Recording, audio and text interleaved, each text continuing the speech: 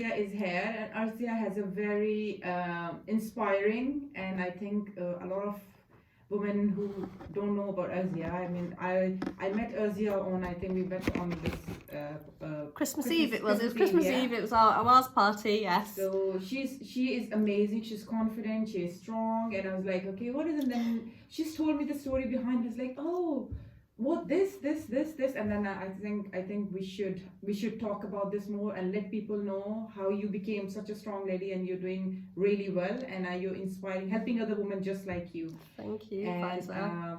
Azia, I would like you to introduce yourself. I don't want to introduce myself. Oh, okay. So right, so I'm Arzia.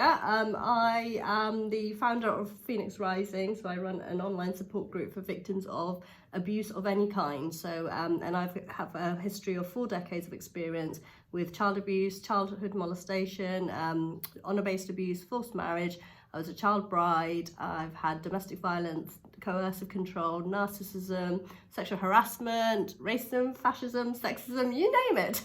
Okay, so Arzia, let's start from the beginning. So you were born in Bangladesh. You were born in Bangladesh. Yes. And you came to UK at what age? I was 2 years old when I came to the UK. Okay, so you were literally raised here. So I was born in Bangladesh. I was 2 years old, and then we came over. So my dad was already working in the UK. My mum and my 2 sisters and I came over to join him. Okay, when you were 2 years old. Yeah, when I was 2 years old, yeah. Okay, so how many siblings do you have? There's 7 of us, so we've got 6 sisters and 1 brother. Oh, 6 sisters. Oh, yes, lots of sisters. Lots of sisters. Lots of sisters. So what number you are? I'm number 3, so I'm the 3rd daughter. And you're the number 3rd daughter. Yes. So I have 4 siblings underneath me, 3 sisters and 1 brother. Okay, so you are from one of the oldest. So I'm the 3rd oldest, yeah. So I've got 2 older sisters, and then I've got 2 sisters, a brother, and then another younger sister. So you're all settled in UK? Yes, we're all in the UK. So no one is in Bangladesh at the moment? No. My mum came over with the 3 of us, so it's us 3 daughters, and then my 4 siblings were born when we were here in the UK. So you were born in a Muslim family, and you were raised in a Muslim family? Yes. And you have all these siblings were raised in Southampton? Or yes. So you were, when you were 2 years old, they all came to Southampton? Okay, come on. Right, shall I explain? Okay, so my dad married my mum in Bangladesh, and then me and my 2 sisters were born in Bangladesh. Then when I was 2 years old, we caught a plane over to the UK in 1981. No, I just wanted to know, you guys were settled in Southampton? We've all settled, yes. So the only place we've been away from Southampton is Bognor Regis. We went in 1986. We went for a year in Bognor Regis. We lived it for a year in Bognor Regis, and then we came back to Southampton. So most of our lives we've spent in Southampton. Okay, so you went to school in Southampton, you know everything about Southampton colleges. Well, I don't know about everything about Southampton, but I grew up in Southampton. This is my home. This is where I've lived for my whole life. Okay, so this is my home. This is, you know. I'm a Southampton, yeah, I'm a Southamptoner yes. Through and through, yes. Okay, so when you were young, so can you just tell us a little bit about you? So when you were, you started off, you were, first of all, when you were 16, you were married to someone. It was a forced marriage? Yeah, so when I obviously went to school here, I finished my GCSE exam, and within a week I was on a plane to Bangladesh, and then within a week I was forced to get married. I was pressured. When I'd gone from here, I'd actually asked my mum, have you arranged my marriage? You know, can you promise me you haven't arranged my marriage? And she said she doesn't know anything about it. You know, she just knows that me, my sister and my brother-in-law are going on holiday to Bangladesh. My other sister had been in March. She already told me that they'd already arranged a marriage. She showed me a picture of the person they'd arranged a marriage with. And when I took it to my mum and said, is this who you're getting me married to? She denied it completely.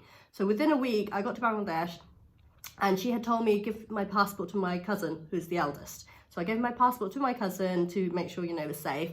And it started off, that whole week was pressure, one person after another.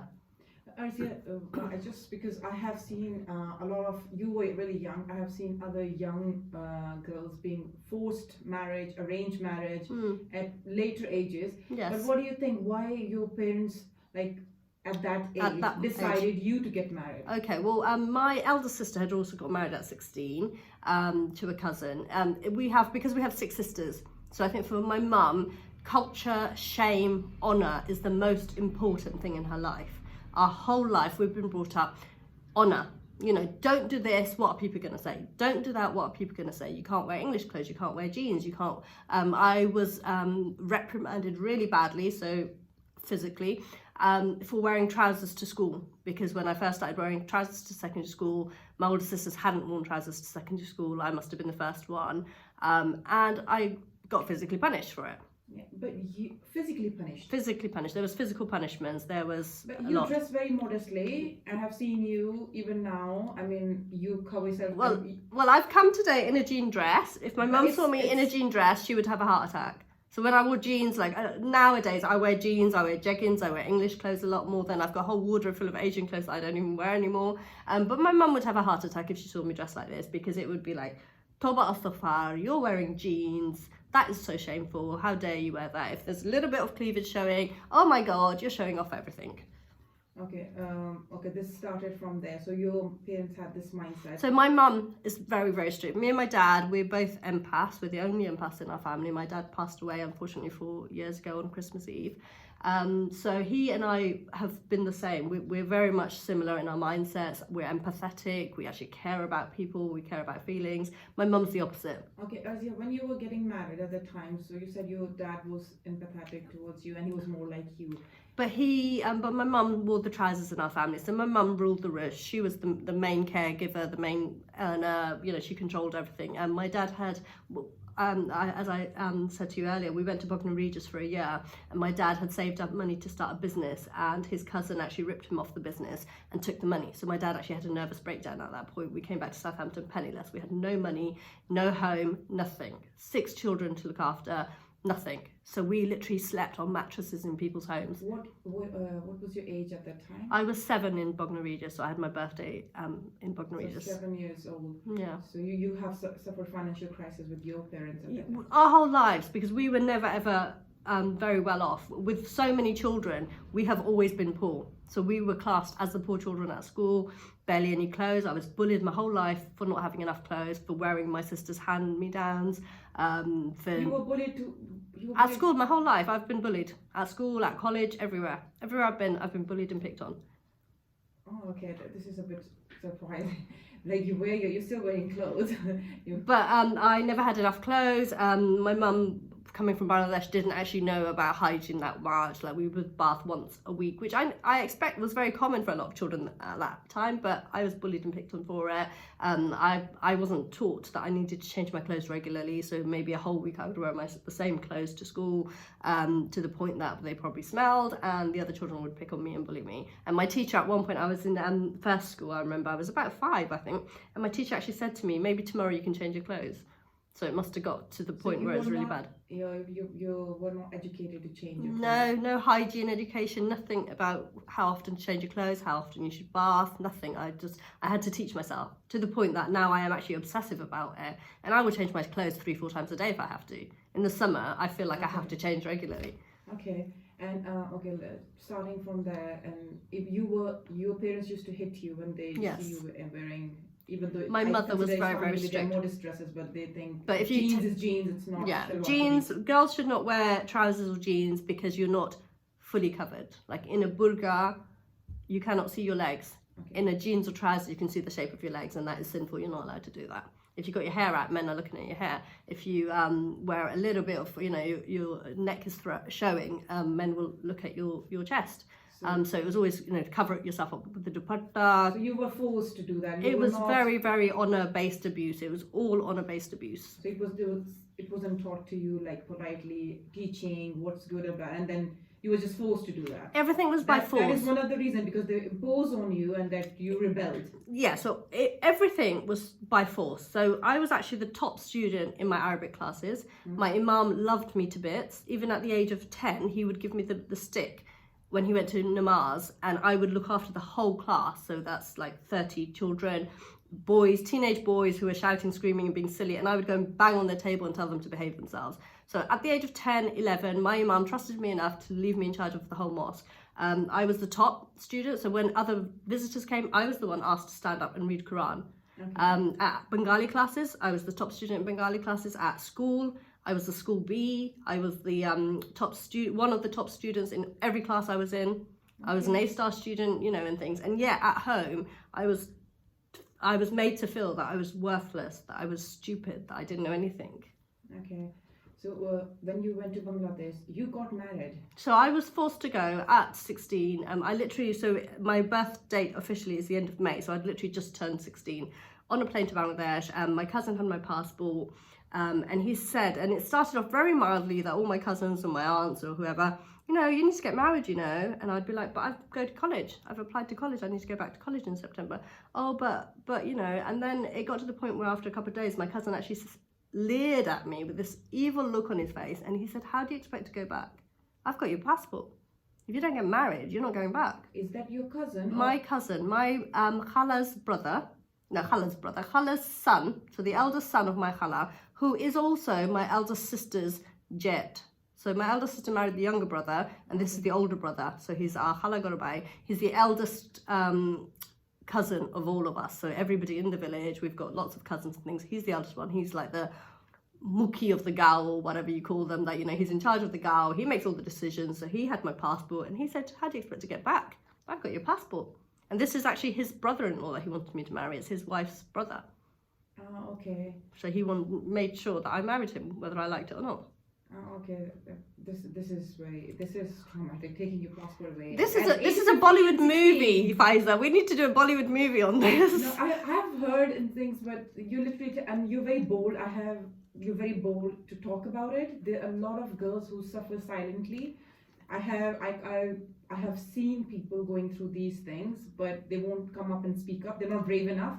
So Arzu, that's one of the reasons I think you're very inspiration for the girls out there. You were intelligent. If you were going to college, proper education, and if you've been taught right way, probably even dressing up, it shouldn't be like imposing on you. Probably you will grow and groom and accept things your way. That's the thing. I think a lot of parents, I mean, it's very common in Asian families, but also in non-Asian families as well. It can be common anywhere. Parents force their children to do things. They impose rules on them. They beat them into, listening to them and abiding by their rules. If you explain to children, if you teach your children, they are actually more likely to want to do it. Because as a norm, because I've done I was actually, I got A star in child development at school, GCSE thing in child development, I got 100%. And then I've always been interested in child psychology, and I've actually wanted to be a child psychologist professionally. If you teach children with love and patience, they listen, because children want to please their parents. They want to be loved. They want acceptance. And their main aim is to do something to please their parents. So if you give them positive attention and you teach them properly, they will listen. Yeah. So you teach them with kindness, you teach them with patience, and you teach them with love, they will listen to you. The children that rebel and misbehave are because they're not getting positive attention. When children do not get positive attention, they then aspire for any attention, and that is negative attention. Because whatever happens, children want your attention. So if you give it to them positively, they'll behave. If you give it to them negatively, they'll misbehave. Very well said, Arzu. Very well said. I totally agree with you. I think this is you're telling the best thing here out there, because you have been through this and you don't want any other child to go through this. And after getting married, so just I want to know, did you stay in Bangladesh? So I was forced to get married. I cried the whole day before, the whole night, and the day of my wedding. I was sat there crying. I wasn't actually fed the whole day because they were all enjoying themselves and partying and stuff. And I heard one of my aunties say, but she looks so beautiful. She makes such a beautiful bride. We don't want to ruin her outfit and ruin her look. So they gave me, I think, 2 bites of rice, and that was my whole food. So then my husband and my in-laws actually... They didn't let you eat? They didn't let me eat because I looked so beautiful as a bride. They didn't want me to ruin my outfit and my makeup and my look. So they had me sit there like a doll. And I've got pictures where I actually look like a doll bride that I would do amazingly on the front of a magazine to advertise for weddings. But I wasn't allowed to eat. And this is a 16-year-old girl, sat there all day, ignored. Most people were out partying and enjoying themselves and stuffing their faces while I sat on my bed on my own crying for the whole day. So then when I was taken to my in-laws' place, they made me pose for pictures to pretend it was a love marriage. So they had me take pictures on my first day there, pretending I knew this person that I'd only seen once possibly before, that I've never spoken to in my life. And I was told to pose for pictures with my arm around him, pretending that I loved him, pretending that I knew him, pretending that it was a love marriage. And they mentioned immigration, that it will look good on the immigration application, that they love each other. So they staged pictures to make it look like we actually liked each other, and we'd never spoken to each other in our lives. Then they made me stay in Bangladesh for 3 months. and they would tell me stories of girls who have come back, who have fallen pregnant, come back and had an abortion. So they specifically made me stay to make sure I was pregnant, to make sure I was past the threshold of having an abortion. So I would have to keep the baby, and then I couldn't come back and divorce him or leave him or abort the baby or anything like that. And they made me stay. And I was so ill with that pregnancy. I was vomiting repeatedly. I could not keep anything down. Your family left you there? My brother-in-law was with me and my sister was with me when I got married. They came back. So my sister had to go back to school. My brother-in-law can't stay anywhere for too long anyway. So they came back within a few weeks. And I was left there with my in-laws on my own. How long you stayed there? Until November, so 3 months. They made sure it was 3 months until November. And by the time I came back, I was so ill that I hadn't eaten properly for nearly the whole duration. I was so skinny. I was actually turning blue. My lips and things were turning blue because I was ill with hyperemesis. Yeah, and then after that you just came back. So I came back, and the first thing my mum actually said to me when I came back is, "How dare you let yourself get pregnant?" Your mum said that? My mum said, "How dare you let yourself get pregnant? Your sister got married in March. She didn't get pregnant. Why did you?" No, she didn't say it to me directly. I was upstairs and we had visitors. So one of our aunties, supposed aunties that live locally, had come to visit, and she was screaming, or she was saying it loudly, "She's gone and got herself pregnant. How is she going to work now? How is she going to bring her husband over? Why couldn't she have, And then I actually shouted from upstairs. I said, "Well, not that you've given me the talk, not that you've actually told me what I should be doing, but I did take something with me, and I wasn't allowed to take any contraception." And you were 16 at the time? I was 16. I went to the doctors here before I went, knowing that she had fixed my marriage, despite the fact that she was denying it, and said to the doctor, "Please, can I have some contraceptive pill?" And he said to me, "How do I know you're not messing about? How do I know your mum's not going to come and have a go at me?" I said, "My mum's arranged my wedding. I need some contraception." And he said, "Make sure I don't hear about this and that you're getting up to no good. And the reason you're taking contraceptive pill is because you've got a boyfriend." And I thought, how dare you? How dare you accuse me of that? And I'd never dated. I'd had people asking me out. I had men after me from the age of 12 because I looked 18. I looked mature. I was wearing makeup. I looked mature, full figure. Apparently I was beautiful, so everyone was chasing me wherever I went. And I always refused them and said, "No, I don't mess about." Okay. This is quite traumatizing. And oh, just a bit. Is it Fayza, really? You were just saying it very but like I'm not. It's giving me like those shocks. Oh, okay. And then you get married, and then your whole family is accusing you. Why are you pregnant now? Fayza, this is a Bollywood movie, and we need to do a proper movie on this, because literally it has everything in my life. There is trauma, there is love, starting from very young age, not having good relationship, and then imposing things and going different ways. You were a bright child. If you were put in the right place and taught you right way, not just imposing things, you would have been probably a very different child. Well, my teachers were desperate for me to go to university. Every teacher that I studied with loved me to bits. I was teacher's pet with everybody because they could see how bright I was and how much potential. I was almost like a gifted child because I excelled in everything I did. And they were like, "Make sure you go to university, make sure you study because you're going to be amazing." And I wasn't allowed to. I did 2 or 3 GCSEs. I did at the age of 14, so I did that earlier than most of the children, and I got A, and I didn't even have to study for them. I just got an A. So media studies, Bengali, I think I did statistics, and I got A. And then the following year at 16 or 15 or 16, I got 12 GCSEs, 2 A stars, 7 A's and 3 B's, and I barely studied for them. I could do it just like that. That's very interesting to know that you are a very intelligent lady and gone through even from that age. And I'm sure if you were not bright enough, you wouldn't have survived that. There are a lot of people still going through, and I don't see any sign of like you depressed, you sad. You are a warrior, you are a survivor, and you came out even stronger, even going through that. With this note, we'll take a short break. I've got some questions lined up. People are asking me about earlier. Sure. So that's interesting to know. I'd like to hear what they have to say. A lot of ladies have texted me. Oh, cool. "Oh, we're tuning in. What time?" So wow. we will answer the question. If you want to ask us your live questions, you can call us on studio's number, which is 023819800072, or you can WhatsApp us on our number 07784691440.